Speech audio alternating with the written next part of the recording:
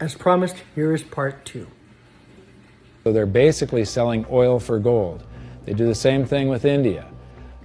QE2, quantitative easing, that's more currency printing in the United States.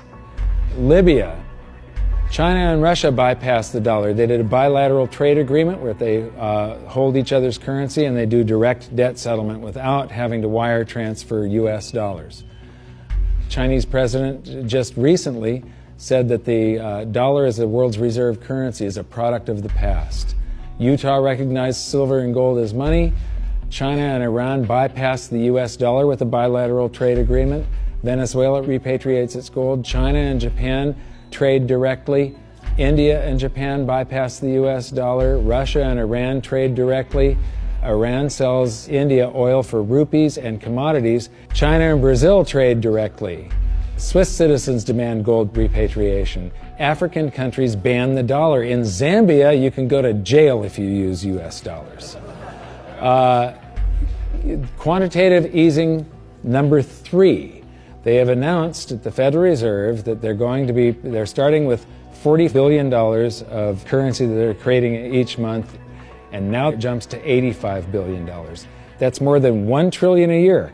And remember, it took 200 years to go from no dollars to 825 billion, and now they're going to create $1 trillion every year. Iran trading energy for gold.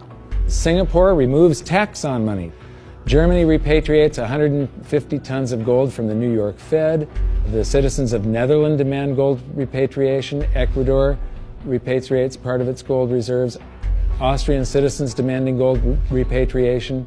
China acknowledges fundamental market shortage of gold. And now the Fed is increasing the rate of printing. I said from 40 to 85 billion every month, just over $1 trillion per year. So those are the nails in the coffin for the dollar standard. And if you noticed, they're all speeding up and they're all happening right now. You don't have a whole lot of time. And if you wait too long, then the opportunity is gone. So these are changes in Chinese holdings. They are accumulating gold. They are getting rid of U.S. Treasury bonds. This is gold held in China. The green line is the cumulative gold. That's on this side, this scale. So it's gone from about 700 tons to almost 6,000 tons. And the past couple of years here, they have ramped up their buying. They know that the dollar standard is coming to an end, and they are protecting themselves, and you're probably going to see gold-backed renminbi someday, the yuan. This isn't going to be pretty when it happens. I am not an end-of-worlder or a doomsday guy.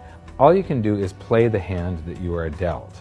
If we go to a new monetary system, and I think it's absolutely inevitable, there's just too much energy built up in this one that has to release. It has to come crashing down somehow.